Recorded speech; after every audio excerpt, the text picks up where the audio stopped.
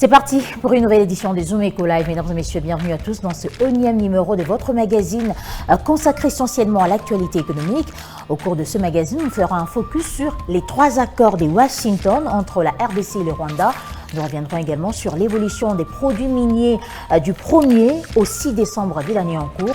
Mais avant tout, prenons les nouvelles en bref et on se retrouve dans quelques instants pour la suite. La Banque centrale du Congo dresse un tableau résolument positif de la fin d'exercice 2025. Les recettes mobilisées par les trésors atteignent 26 265,3 milliards de francs congolais contre 25 652,8 milliards de francs congolais inscrits dans le plan de trésorerie. Une réalisation à 102,3% qui s'impose comme l'un des signaux le plus robuste de l'année en matière de gouvernance financière. Cette performance budgétaire s'accompagne d'un phénomène inattendu mais salutaire, le raffermissement du franc congolais. Alors que la prudence dominait en début d'année, la monnaie nationale a inversé la tendance en septembre lorsque le taux d'échange a reculé à 2605,50 francs congolais de $. Un budget d'environ 22 millions de dollars américains a été approuvé le mercredi 3 décembre 2025 à Mbuji-Mayi par le comité provincial du projet d'accès aux services de l'eau et d'assainissement lors de sa deuxième session consacrée au programme d'activité pour l'exercice 2026 dans la province du Kasaï oriental. Selon Roger Wembo, coordonnateur provincial de l'unité d'exécution du PASEA, cette enveloppe budgétaire permettra de financer plusieurs travaux essentiels visant à améliorer l'accès à l'eau potable et à l'assainissement, notamment la réalisation de forages et des infrastructures d'eau potable dans la cité de Katanda, la construction d'ouvrages d'eau, d'hygiène et d'assainissement dans des centres de santé sélectionnés de la ville de Mbuji-Mayi. Plus de détails sur Zoom-Copanet. La première politique nationale de l'enfant est validée en République démocratique du Congo, dans un contexte où les indicateurs relatifs à l'enfance mettent en lumière une urgence nationale. Pour un pays comptant plus de 40 millions d'enfants, le chiffre dresse un constat sans appel et exige une réponse structurée, c'est désormais chose faite. Les données de l'enquête démographique et de la santé, publiées ce mercredi 3 décembre 2025, constituent le point de départ de cette nouvelle politique. Elle révèle l'ampleur du défi que les autorités doivent relever. Piste au détail sur Zoom-Copanet. Voilà, il est temps de prendre les chiffres clés présentés par Judith Unamaka qui revient sur l'évolution des produits miniers du 1er au 6 décembre 2025. Elle sera avec nous juste après ceci.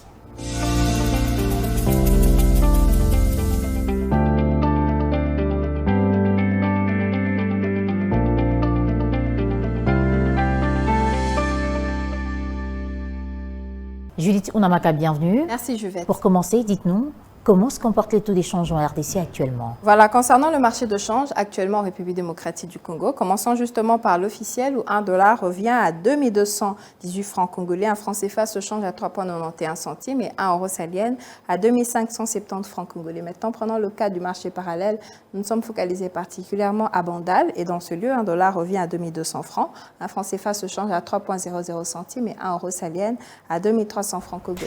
Parlons à présent de l'évolution des produits miniers. Quel a été le niveau global des produits miniers de la semaine allant du 1er au 6 décembre 2025? Voilà, la tendance générale des produits miniers sur le marché international du 1er au 6 décembre 2025 se présente comme suit. Voilà, l'étain est passé de 37 013,00 dollars américains la tonne à 37 487 dollars américains la tonne, soit une hausse hebdomadaire au courant de cette période. Et le cobalt est passé de 47 885 dollars américains la tonne à 47 886 dollars américains, comme pour dire qu'il s'observe également une hausse au courant de cette période. Le cuivre est passé de 10 769,55 dollars américains la tonne à 10 823,80 dollars américains la tonne. Le concentré de Tintal est passé de 13 293 dollars américains la tonne à 13 300,56 dollars américains la tonne.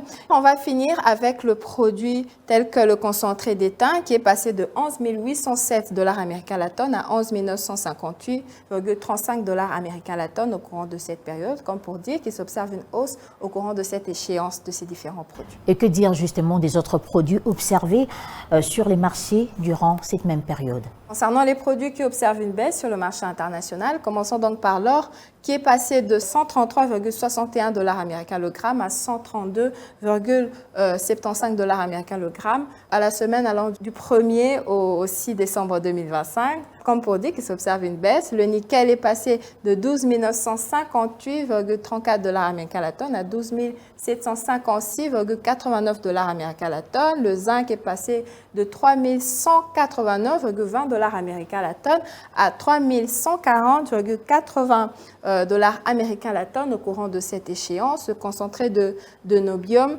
est passé de 5 599,72 $ américains la tonne à 5 586,00 $ américains la tonne au courant de cette échéance justement.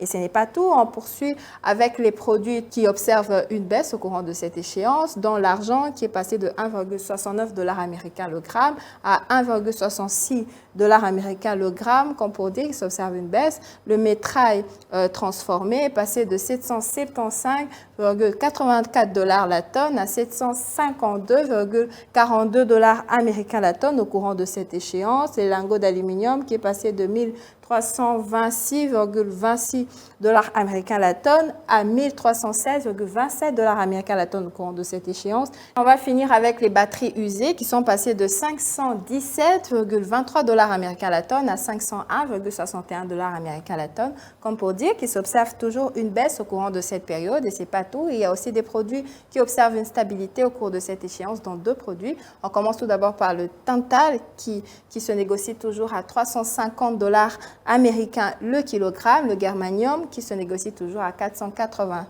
873,50 $ américains la tonne au courant de cette période.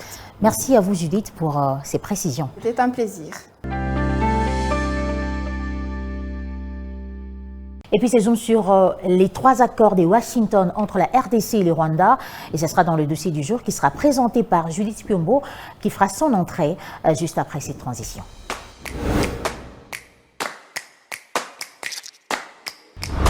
Judith Piombo, bienvenue. Merci. Vous êtes sans ignorer qu'il y a des accords qui ont été signés entre la RDC et le Rwanda il y a près de 4 mois, soit depuis juin 2025. J'aimerais qu'on commence par un éclaircissement sur la nature et la portée de ces accords. Juvette, il s'agit de 3 accords intimement liés et aussi interindépendants.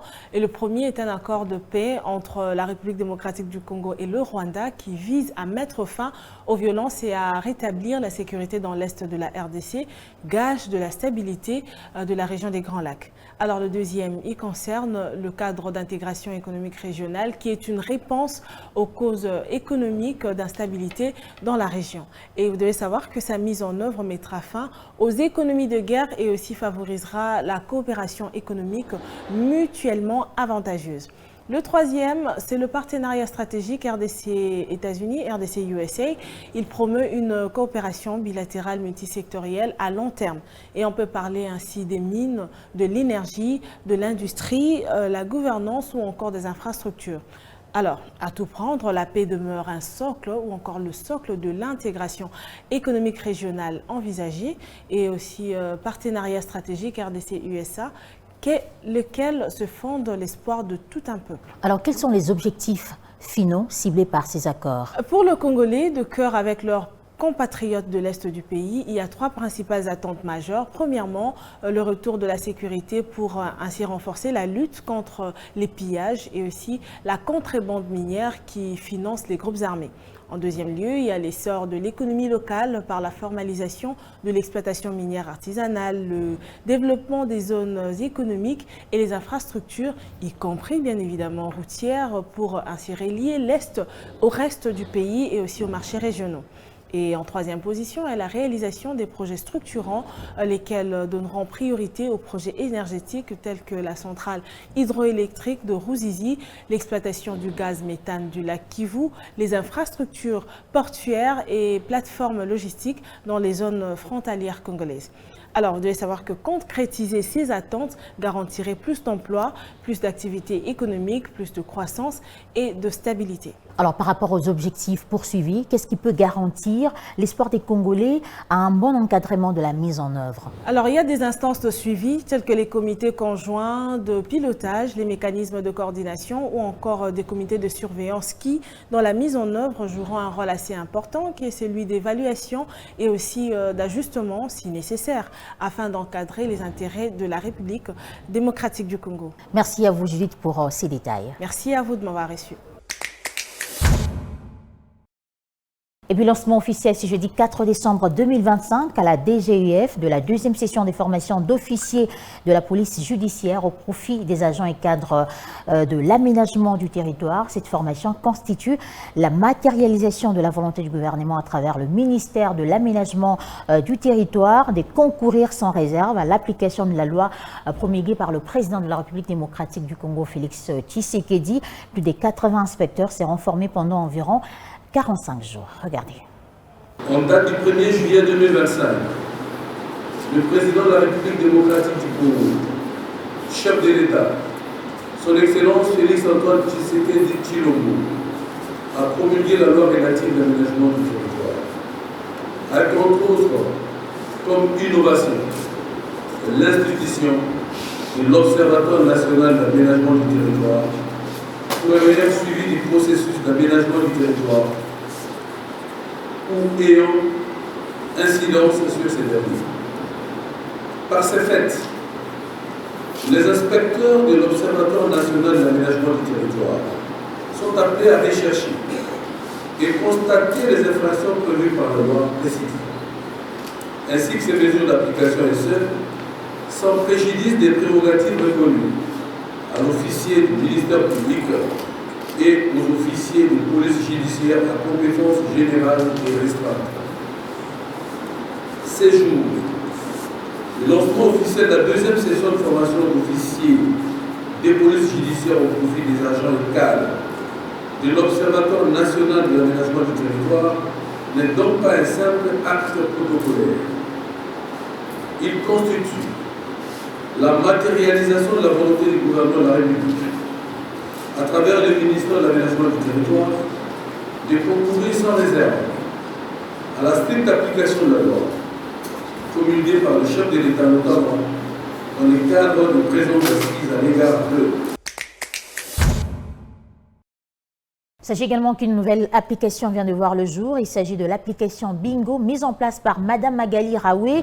Vous n'avez plus besoin de vous déplacer pour chercher un taxi, un appartement ou pour vos différents services. Comment ça marche? Je vous prie de suivre ce petit résumé. Il faut télécharger l'application sur App Store et Play Store. Une fois que vous l'avez téléchargée, donc vous pouvez suivre tout ce que nous avons sur cette même application. D'une part. De l'autre part, vous pouvez utiliser l'application comme vitrine, c'est-à-dire que vous créez votre entreprise virtuellement dans Bingo. 3 ans de travail, de recherche, et aujourd'hui nous sommes arrivés à la fin, donc nous allons lancer Bingo d'ici quelques jours. Suivez-moi tout le jour à travers Zoom Wednesday sur Zoom Eco Live. Abonnez-vous sur notre chaîne YouTube. Zoom Eco Live, la référence de l'actualité économique en RDC. Pour cette nouvelle édition, Zoom Wednesday nous amène faire un tour au marché Mollard. Question d'avoir les prix actuels des huiles de palme et végétales. Et ça sera avec Naomi Kandé. Regardez.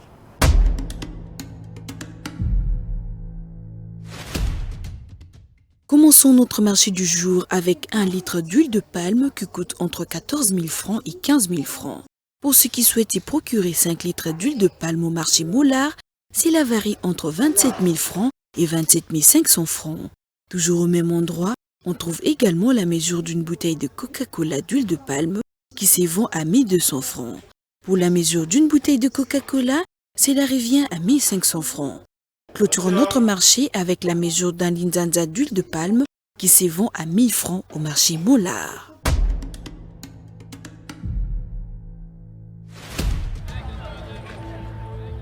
C'est art de se tirer d'affaire, de faire face à la crise, de bricoler, de trouver des solutions avec ce qu'on a sous la main. Un art dans lequel les Congolais ont développé un savoir-faire particulier. Article 15. Débrouillez-vous pour vivre. Et pour chuter, article 15 nous parle d'un vendeur des épices qui a accepté de partager son expérience avec nous. C'est un reportage réalisé par Junior Bolamba. Suivez. Débrouillard jamais, jamais, jamais. Débrouillard jamais, jamais, jamais. Débrouillard jamais.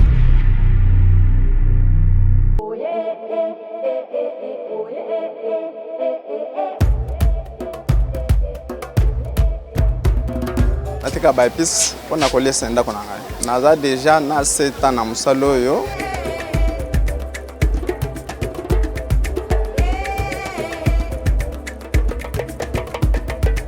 Avantage ezali nazo lesa ndako nazo tangisa bana.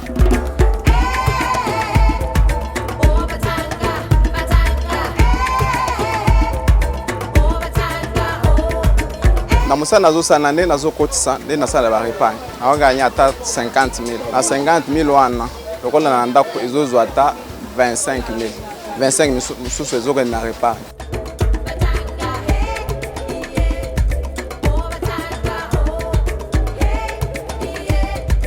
Difficulté eza côté ya ba transport, nzela eza kobeba même ata biso ama etondela biso makasi. Les difficultés toza nango yango.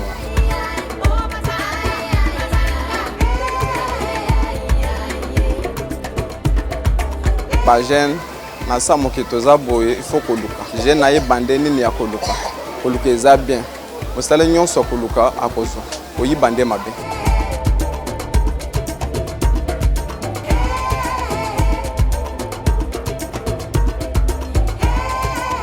Gouvernement bon c'est biso banzela. Ko nde toza boye mai etondela biso awa ekota tina kati eza vraiment bien.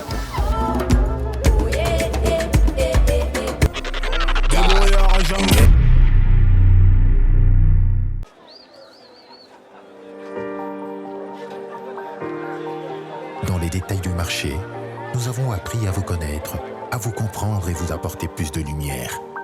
Désormais, avec vous, c'est parti pour un voyage de rêve vers une destination meilleure.